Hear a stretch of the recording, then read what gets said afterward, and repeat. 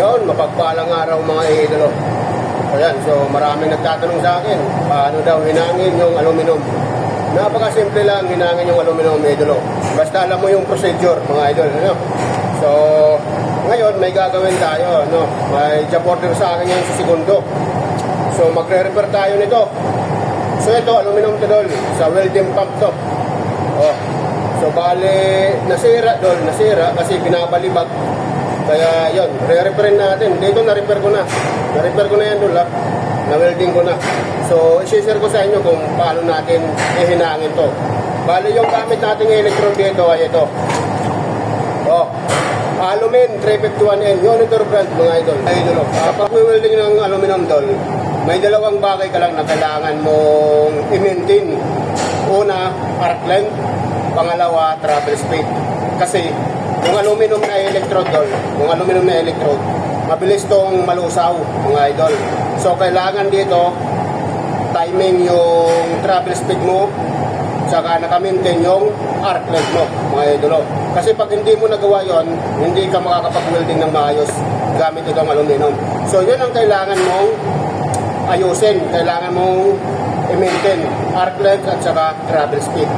Pagdating sa arc length, mga idol, base sa observation ko, pagdating sa arc length, pag aluminum yung ginagamit ko, yung electrode ko, laging nakadikit sa bismetal. Laging nakadikit sa bismetal yon. Pagdating naman sa travel speed, mga idol, so yung travel speed mo, ididepende mo dito. Ididepende mo sa lusaw. Kasi sabi ko kanina, dol, itong electrode na aluminum, mabilis malusaw to, mga idolo. So, kailangan yung travel speed mo, mabilis din. Dapat hindi mabagal. Kasi pag mabagal, uumbok yung ano mo. Uumbok yung wheel bit mo. Parang ipot ng manok. So, dapat timing din yung travel speed mo. Idolo. Kasi nga, sabi ko kanina, mabilis malusaw to. Okay? So, tara, tol. Simulan natin. Yun, mapagpalang araw sa ating lahat mga idol. For today's video mga idolo, magre-repair tayo dito ng welding pump. So dito nabasag siya mga idol dahil binalibag nga ito mga idolo. So dito mga idol, napaka-importante dito yung preparasyon. Ayan. So yung ginagawa ko dito, ginagrind ko yan para matanggal yung aluminum oxide mga idol. Tapos lalagyan ko siya ng Wevel mga idolo. So yung pinaka-importante dito mga idolo, dapat matanggal natin yung aluminum oxide para dumikit yung welding natin mga idolo. Kasi pag hindi mo yan kinayod mga idol, winelding mo agad yan, hindi didikit yung ano mo dito, hinang mga idolo. So kailangan talaga kayo rin ng maayos para matanggal yung aluminum oxide na tinatawag mga idolo. So ayan mga idolo, bali yung ginawa ko dito, linagyan natin ng Wevel. Kita nyo, naka-Wevel yan idolo para matibay yung pagka-repair natin. So isa yan sa mga kailangan tandaan natin pag nagre-repair tayo, especially kung aluminum, dapat naka-Wevel siya mga idolo. So ito yung electrode natin, Alumin 351N Unitor brand. So yung amperahe niya 70 to 120 amps. Current type DC positive mga idolo, okay? So ayan, yung sunod na gagawin natin dito mga idol, preheat natin. Napaka-importante ng preheat dito para ma-drive out natin yung moisture. Kasi yung aluminum, malakas umigop to ng moisture mga idolo. Para dumikit yung hinang natin, kailangan i-preheat natin. So depende na sa'yo. Basta importante lang dito ay matanggal natin yung moisture mga idolo.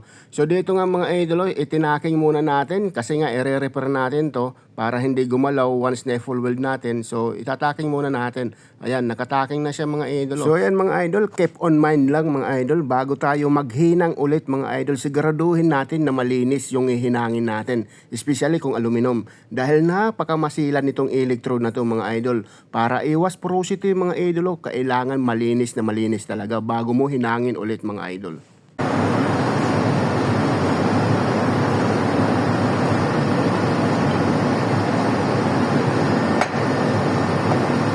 So ayan mga idol, keep on mind lagi tayo mga idol. Bawat hinang natin dapat linis. Bago hinang, linis. Bago hinang, linis. Yan yung kailangan sa aluminum para maiwasan natin yung porosity. Mga idol, para maganda yung output ng weld bit natin, mga idolo. Napaka-importante dito yung travel speed, mga idol. Arc length, mga idolo. Napaka-importante. Yan yung dalawa na kailangan mong i-consider, mga idol. Kailangan mong i-maintain yung dalawa na yan. arc length at saka travel speed. Napaka-importante kasi itong aluminum mga idol, mabilis malusaw yan mga idolo. Pag hindi mo kayang sabayan yung lusaw niyan, panigurado mga idolo, hindi mo mahihinang ng maayos yan.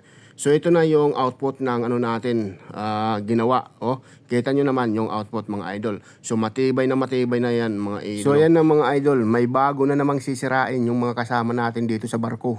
So ito naman yung isusunod nating i-repair mga idol. So nung nakita ni Segundo na na-repair ko na yung isa, ayan, binigyan na naman ako ng isa mga idol. Bale, dalawa to. So as usual, ganun pa rin yung ginawa natin. Yung preparasyon, dapat naka-bevel siya mga idol. Ayan oh.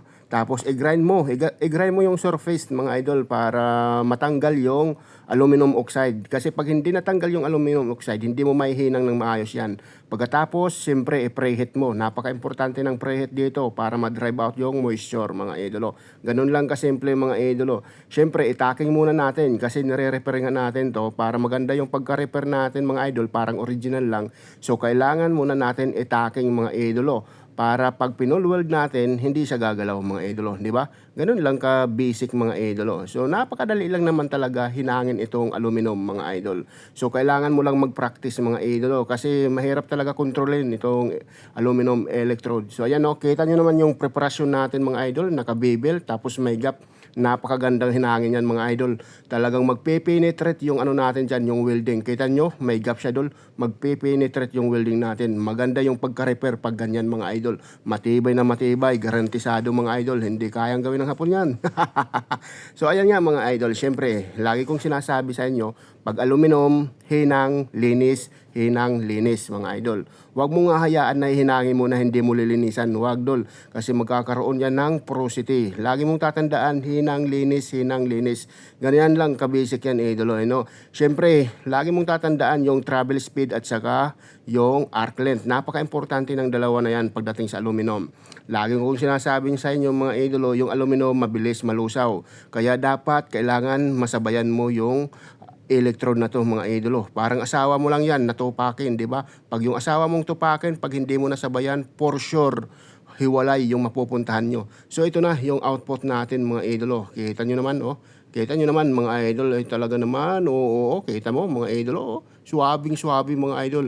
Kita nyo yung loob dito, dol. Oh, di ba? Nag-penetrate. Yan. Matibay yan na pagka-repair pag nag-penetrate yung welding natin, idol. Yan, oh. Kita nyo naman. So, paano yan, mga idol? Hanggang dito na lang yung video ni Wag Ako Boy. Sana may nakuha kayong idea dito. Paano yan? Pa-share naman itong video natin, mga idol. See you next time. Bye-bye.